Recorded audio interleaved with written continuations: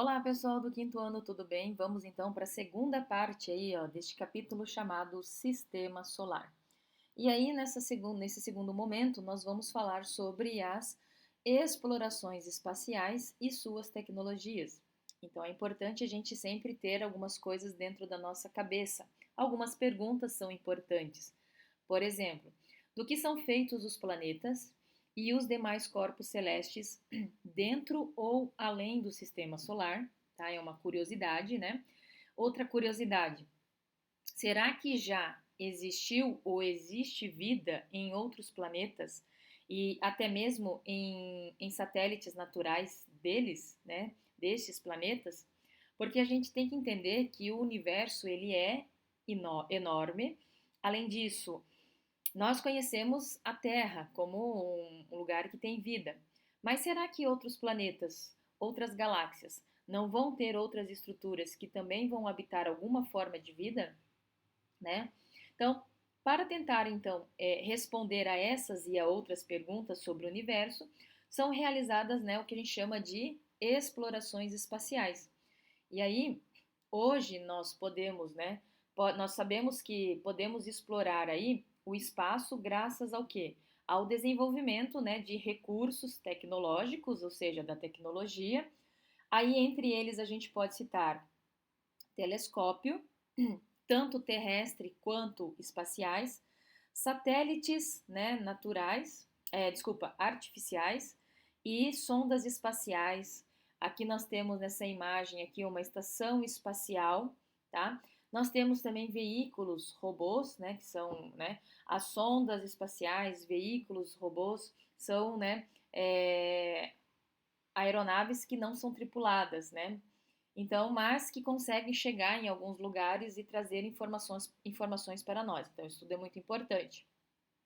Além disso, a gente leu essa questão, ó, foguetes, tanto no lançamento de naves tripuladas como o de naves não tripuladas, o foguete então é utilizado para levar o veículo até o espaço.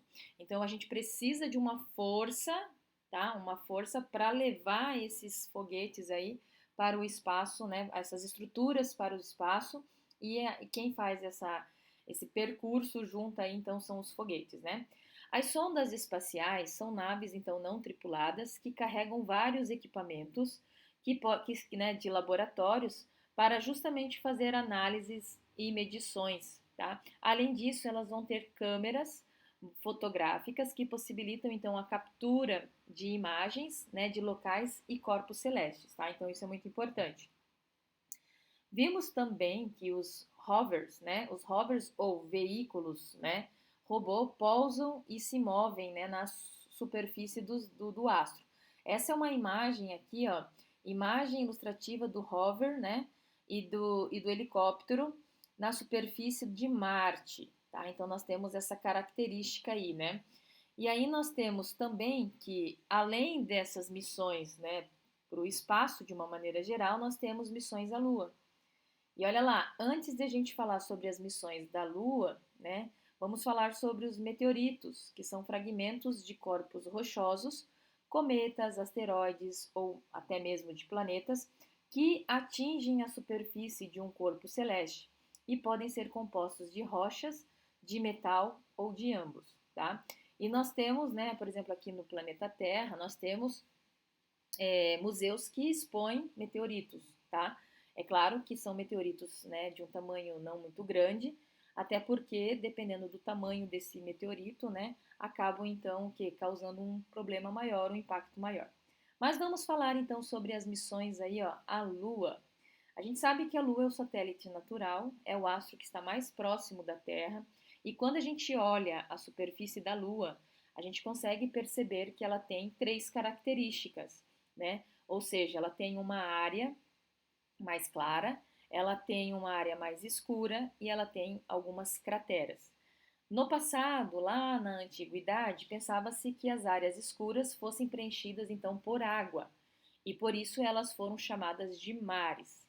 A nomenclatura permanece, né? Essa nomenclatura de falar mar, né? Mar de alguma coisa, ela ainda permanece. Mas hoje nós sabemos que essas áreas escuras são regiões planas, certo? compostas de um tipo, né, de rocha chamado basalto, que é uma rocha vulcânica que a gente também tem aqui na Terra, tá?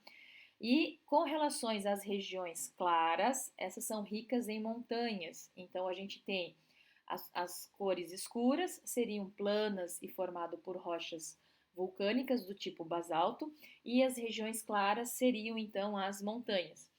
E ainda milhares de crateras formadas aí pelo impacto, né, de meteoritos na superfície lunar. Tá? Então, aqui na Terra a gente também tem meteoritos que impactaram aqui e na Lua também teve, beleza?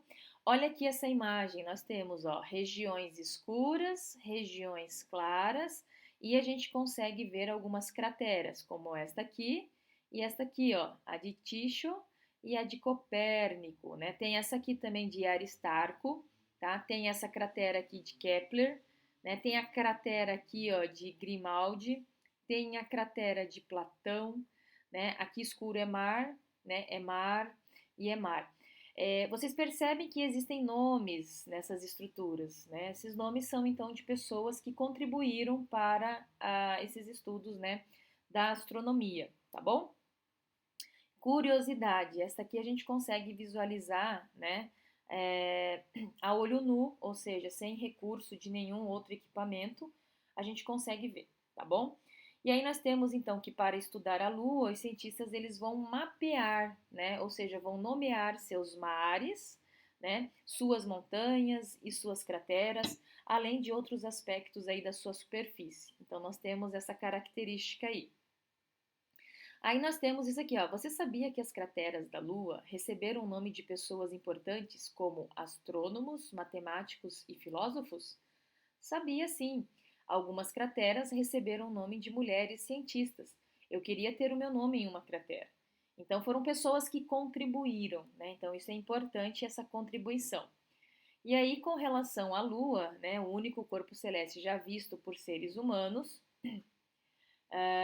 desculpa, já visitado, né, por seres humanos, em 16 de julho de 1969, a NASA, que é a Agência Espacial Norte-Americana, enviou para lá 3 astronautas, né, é, na primeira e histórica missão espacial, que ficou conhecida como Apollo 11. E aí, no dia 20 de julho desse mesmo ano, de 1969, Apollo 11 chegou à Lua. Ou seja, ele saiu dia 16 e ele levou aí 4 dias, né? 4 dias. É claro que tem todo um protocolo, um procedimento para se aproximar, né? Para poder chegar na Lua. Mas somente 2 astronautas desembarcaram da nave. Essa missão explorou, né, a região denominada Mar da Tranquilidade e depois dela, entre os anos de 1969 e 1972, tá? Ocorreram outras 5 missões Apollo bem-sucedidas. É claro que Apollo 11 foi a mais famosa, né? Como a Lua não possui atmosfera, tá? Não é possível respirar lá. Então, há mudanças bruscas, além disso, há mudanças bruscas de temperatura, não existe proteção contra as radiações solares, desculpa, e tanto radiações espaciais, e o Sol não se propaga.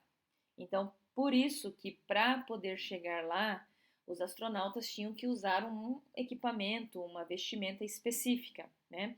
Então, né, já que não tem a característica da Lua é diferente da característica da Terra, para caminhar em sua superfície, os astronautas precisavam utilizar então trajes especiais repletos de recurso, que entre eles a gente pode mencionar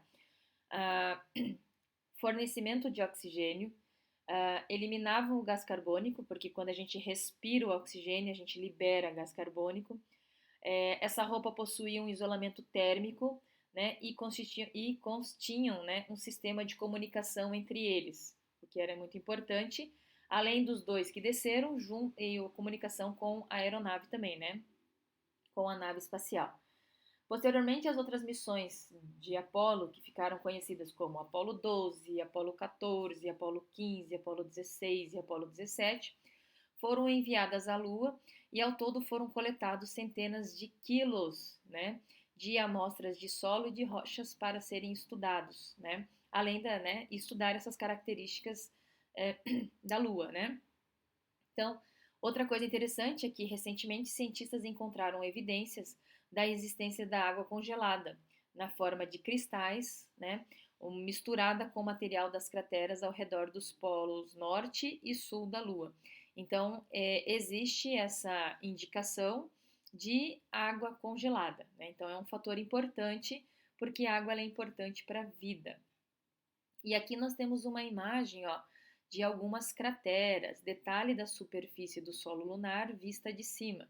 Então, a superfície lunar é formada por muitas crateras com diferentes tamanhos, formatos e profundidades. Então, isso tudo nós vamos ver que essa característica ela está relacionada com o tamanho do objeto que vai entrar em contato, com a velocidade que ele atinge, né? Então, é isso que nós vamos ver daqui a pouco. E para encerrar, nós falamos sobre a atmosfera terrestre. A Terra está rodeada por uma camada de gases que compõem a atmosfera. Na atmosfera encontra-se o gás oxigênio, que os seres vivos utilizam na respiração. A atmosfera age como um escudo protetor, bloqueando então parte dos raios ultravioletas e desintegrando parte dos meteoros vindos do espaço, que assim não atinge a superfície da Terra. Resumindo, a camada atmosférica ela é importante para nós. Pessoal, vou ficar por aqui, porque daqui a pouco a gente vai continuar e nós vamos falar ali sobre as crateras, os tamanhos, as profundidades e assim por diante, ok? Aguardo vocês numa próxima oportunidade. Tchau, tchau!